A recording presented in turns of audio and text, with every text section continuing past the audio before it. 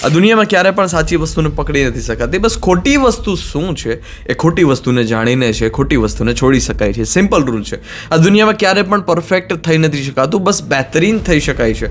આ દુનિયામાં પોઝિટિવ વિચાર કરીને ક્યારે પણ દુનિયાને જીતી નથી શકાતી. અસંભવ વાત છે. બસ ખોટી વાત શું છે એ વસ્તુને છે છોડી શકાય છે, નેગેટિવ વિચારને છોડી શકાય છે. તમારા જીવનમાં ક્યારે પણ તમે સારી આદતોને પકડી નથી શકતા, અને સારી આદતોને પકડીને જીવન ક્યારે બહેતર બની પણ નથી શકતું. બસ ખોટી આદત શું છે, ખોટી આદત શું છે એ આદતને જાણીને એને ખાલી જીવનમાંથી ત્યાગી શકાય છે. આ દુનિયામાં અંધકાર દૂર થાય તો પ્રકાશ દુનિયામાં મોજૂદ જ છે. તમારા જીવનમાંથી નેગેટિવ વિચાર દૂર થાય તો પોઝિટિવ વિચાર મોજૂદ જ છે. આ દુનિયાને જીતવાની એક જ કળા છે કે શું ખોટી વસ્તુ શું છે એ વસ્તુને જાણીને છે એ વસ્તુનો ત્યાગ કરી શકાય છે. બસ સિમ્પલ વાત છે. જીવનની ગતિ ધીમી હશે તો જીવનની ગતિ ધીમી મંજૂર છે, પણ જીવનનું જે સ્તર છે એ સ્તરથી નીચેના સ્તરનું જીવન છે મંજૂર ના હોવું જોઈએ. આપણા જીવનમાં જે કાંઈ પણ ઘટના થાય છે બધી જ ઘટના સ્વીકાર્ય છે, પણ આપણે એ ઘટનાથી કંપિત થઈ જઈએ એ ઘટના સ્વીકાર્ય ના હોવી જોઈએ. જીવનમાં આપણે બધા જ લોકોને સમજવું જોઈશે કે આપણું જે સ્તર છે એ સ્તરથી નીચેનું જીવન છે સંભવ ના થવું જોઈએ, મોત મંજૂર હોવું જોઈએ, પણ જે કક્ષા છે, જે સ્તર છે એ સ્તરથી નીચેનું સ્તર છે આપણા બધા જ લોકોને છે મંજૂર ના હોવું જોઈએ. The best way to future is to create it. First of all આપણે બધા જ લોકોને એ સમજવું જોશે કે knowledge is the most important than money. પૈસા કરતાં પણ નોલેજ છે એ વધારે મહત્વપૂર્ણ છે. કૃષ્ણએ કહેલું છે બધા જ યોગ દીધા છે, જેમાંથી સર્વશ્રેષ્ઠ યોગ છે એ જ્ઞાનને એને આપ્યો છે.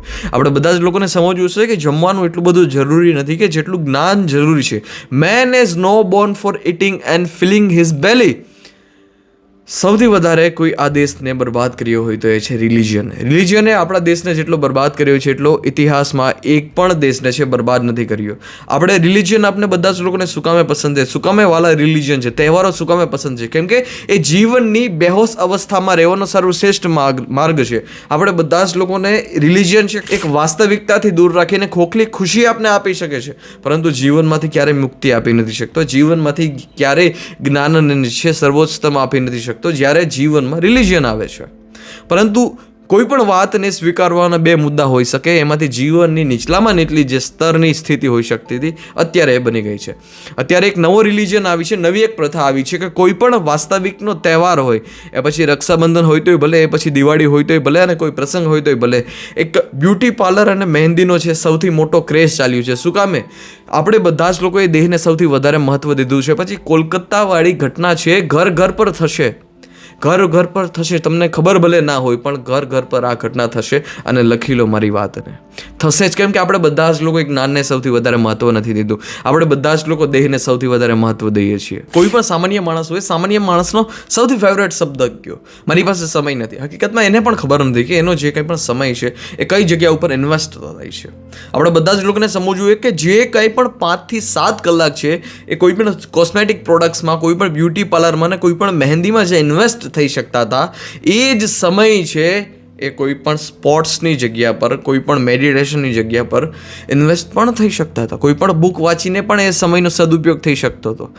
કોઈ પણ ઇન્ડિયન ગર્લ હોય, કોઈ પણ રિલિજન હોય, એ રિલિજન છે એ કોસ્મેટિક પ્રોડક્ટ ઉપર. કોઈ પણ ઇન્ડિયન ગર્લ છે, ઇન્ડિયન કોઈ પણ સ્ત્રી છે એ 25 થી 50,000 રૂપિયા બ્યુટી પાર્લરમાં ખરીદવા માટે, બ્યુટી પાર્લરમાં ઇન્વેસ્ટ કરવા માટે તૈયાર હશે. પણ એ જ પૈસાનો છે એ કોઈ પણ ધ્યાનમાં, એ જ પૈસાનો છે કોઈ પણ સ્પોર્ટ્સમાં, એ જ પૈસાનો છે એ કોઈ પણ બુક ખરીદવામાં છે, એ જ પૈસાનો છે કોઈ પણ કોર્સિસ ખરીદવામાં, પોતાની સ્કિલ બહેતર કરવામાં એ પૈસા ઇન્વેસ્ટ નહીં કરી શકે. બસ આ વાસ્તવિકતા છે ને આપણે બધા જ લોકોને સ્વીકારવી જશે. અને જ્યાં સુધી આપણે દેહને જ વધારે મહત્વ દેશું ત્યાં સુધી આપણે જીવનમાં ક્યારેય આગળ નહીં વધી શકીએ, ને ત્યાં સુધી કોલકાતાવાળી ઘટના છે ઘર ઘર પર થતી જ રહેશે.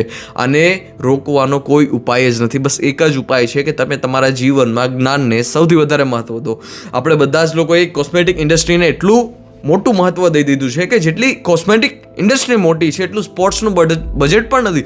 સ્પોર્ટ્સનું બજેટ બહુ નાનું છે અને કોસ્મેટિક ઇન્ડસ્ટ્રી એના કરતાં બહુ બધી મોટી છે. લોરિયલ બ્રાન્ડ, આપણે બધા જ લોકો લોરિયલ બ્રાન્ડની પ્રોડક્ટ વાપરીએ છીએ, પણ આપણે બધા જ લોકો એ ભૂલી જાય છે કે 80% બ્રાન્ડ વેલ્યુ છે એની. શું કામ છે? ના હોવી જોઈએ. China, Japan, US, Germany, south Korea સૌથી વધારે કોસ્મેટિક શેર છે આ લોકો પાસે. 60% કોસ્મેટિકની દુનિયામાં બાદશાહ બનીને બેઠા છે. આપણે બધા જ લોકોને સમજવું જોઈએ કે આ વસ્તુ ન થવી જોઈએ. હાઈ ગ્રોથ સૌથી વધારે કોસ્મેટિક ઇન્ડસ્ટ્રીઝની છે. વિરોધ કોઈ વસ્તુનો નથી, બસ આપણે બધા જ લોકો ખોટી વસ્તુને મૂલ્ય દઈને બેઠા છીએ. જ્ઞાનનું સૌથી વધારે મૂલ્ય હોવું જોઈએ, અને જ્યાં સુધી જ્ઞાનનું જીવનમાં મૂલ્ય સૌથી વધારે નહીં થાય ત્યારે આસપાસની ઘટના થતી જ રહેશે.